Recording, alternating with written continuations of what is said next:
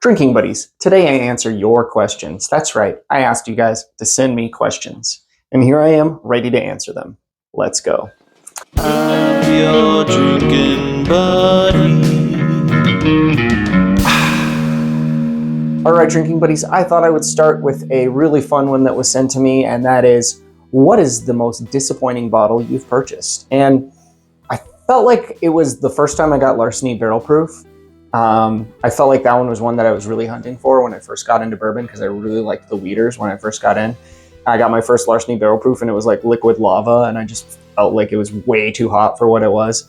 And I was already into the higher proof stuff, I was already liking Booker's and things like that, and it just drinks so much hotter. And then I just popped this, and this one takes the cake. I think this is the first unicorn that I can truly say is not good. It's not good. It's kind of dirty on the palate. Dirty oak, vegetal, very vegetal. It reminds me of peas. Yeah. This one kind of hurts because I had traded several bottles for this, but we'll put it up here, I guess, because it's pretty. Next up, I was asked, what is my favorite pour from every major category? So, from the bourbon category, William LaRue Weller.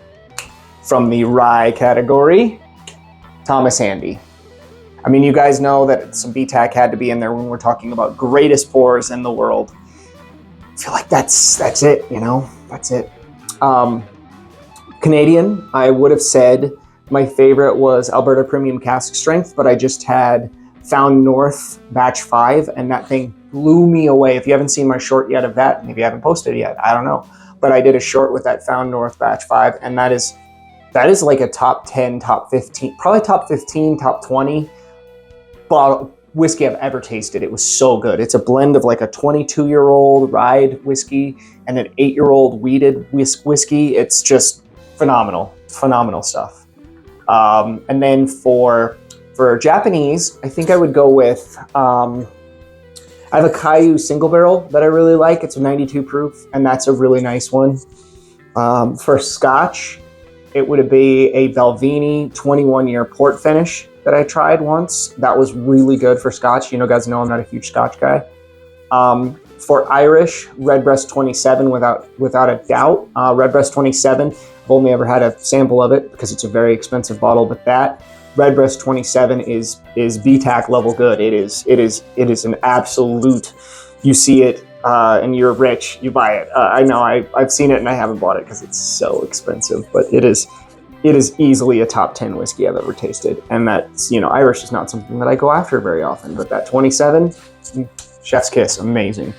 For American single malts, I'm probably gonna go with this Delbach Spring Release from this year. That thing is so good, loaded with some smoky flavors, loaded with some great mesquite qualities to it, a little dark chocolate. Love that pour. I think that's the best malt whiskey I've ever had. So that would include Japanese, that would include Irish, not Irish, sorry. Redbreast 27 crushes that thing. No offense to the great people at Delbach, but that's better than any Scotch I've ever tasted. That's better than any Japanese whiskey I've ever tasted, so. And I think that covers all of our major categories. I mean, I guess there's some other weird categories like wheat whiskey. I've had too few to say which one's my favorite, but maybe I've had some dry fly single barrels that are really nice. So maybe a dry fly single barrel would be the best wheat whiskey I've ever tasted. All right. So now that we've talked about favorites from each category, let's move on to the next question. How did I get into whiskey? So it's the dumbest story, which makes it that much better. So I did used to drink Maker's Mark and Sprite in college. There was a bar I would go to, and Maker's and Sprite was my go-to, that or beer. And then, as I continued to drink, I didn't really recognize that people sipped spirits neat until I saw somebody sipping tequila neat. And I thought it was so weird. Like, I'd only seen people doing shots of hard liquor, and doing a shot of whiskey is terrible. You just get all that harshness, and there's none of the good qualities you get off of a whiskey come through on a shot. So when I drank things like Jameson, or, when I was around that age, or even Maker's Mark, things like that, we were shooting it, and it's, awful. Do not do that. But yeah, so I had a friend who had some neat scotches, tried them, and I thought they were okay. Nothing really blew me away. But then I was going to a lot of movies, and I found that before we would go to the movies, we would go and drink a few beers.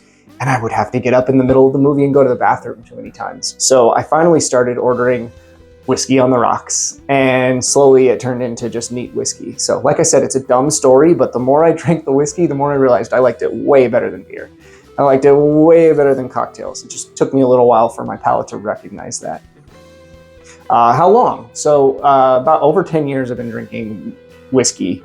But as far as, so like 15 to 17 years I've been drinking whiskey. But as far as sipping it neat, about 3. I know that doesn't sound very long, but I initially for the longest time would still put at least a chunk of ice in like everything I would pour. Or I'd mix it into a cocktail. So a lot of my early whiskey journey involved Manhattans and old fashions. So, I would buy a nice whiskey. I wouldn't necessarily sip it neat. I would pour it over ice, or I would make it into a Manhattan or an old fashioned. So that was a lot of it. How many bottles do I have? Well, that is a hard question. I don't really want to count right now, to be perfectly honest. So I can't give you an exact number. We can do a little tour. All right, so my top shelf here is reserved for some of my most favorite whiskeys. So everything on the top shelf here is stuff that I've really liked and was hard to get. So I didn't put anything up here that I liked that also was easy to come by. There's a few things I should probably swap out, like that very old St. Nick Harvest Rye is empty, so I should probably switch that out with something else.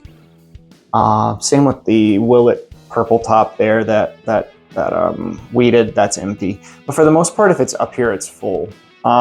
So the next few shelves are just kind of mismatched. Another one of the questions I got asked is, do I have any organization? And yeah, I absolutely did when I started, but everything has moved around so much that there isn't much organization at all. You'll even see mixers and tequilas and Campari and crazy things in there. But yeah, the shelves do go all the way to the floor. They're pretty full all the way to the floor.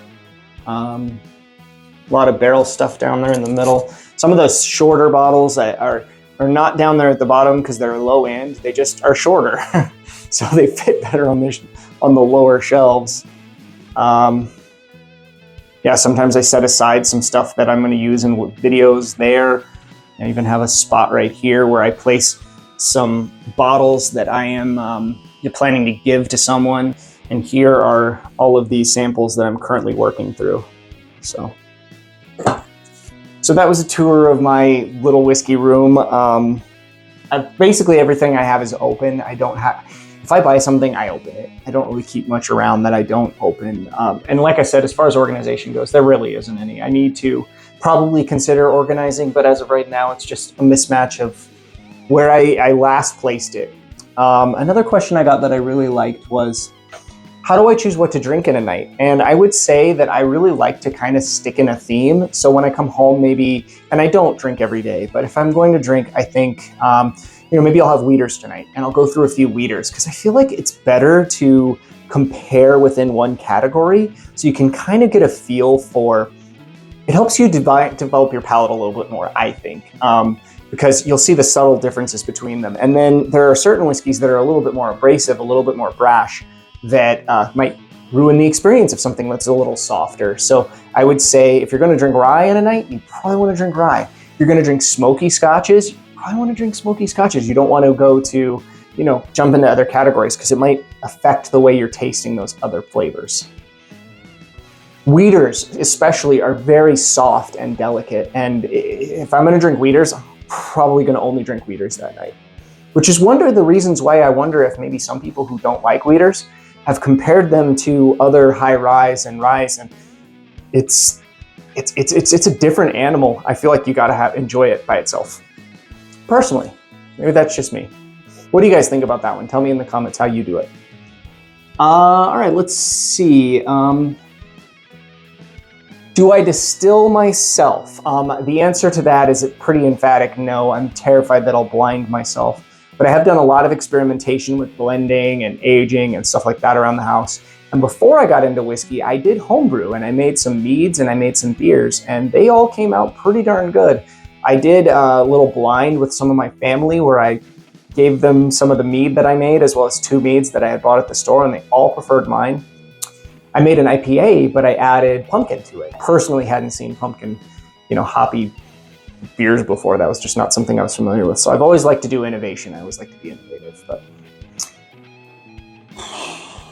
do I have an ideal flavor profile? I would say I don't. I like to dabble around. I like having a lot of unique things, but I do generally gravitate to the fruitier whiskeys. So if it's got some nice cherry or apple or peach on it, I'm generally going to prefer that to something that's maybe more dark and dank and maybe a little bit more molassesy and things like that. Which is why I prefer bourbon to, say, rum. I do like some aged rums, but I'm going to go with the fruity quality that I get off of the bourbons. I really like.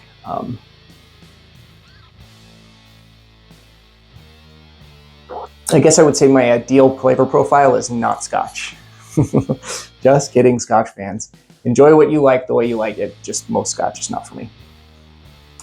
Well, drinking buddies, I really appreciate you guys sending in some questions. If you have any more, I'd be happy to do a part 2 of this. You can leave them down below in the comments section or send me a direct message on Instagram or Reddit. Both is Drink Buddy Drink. So r/Drink Buddy Drink and then Drink Buddy Drink on Instagram. Cheers. Thanks for watching. I'll see you on the next one.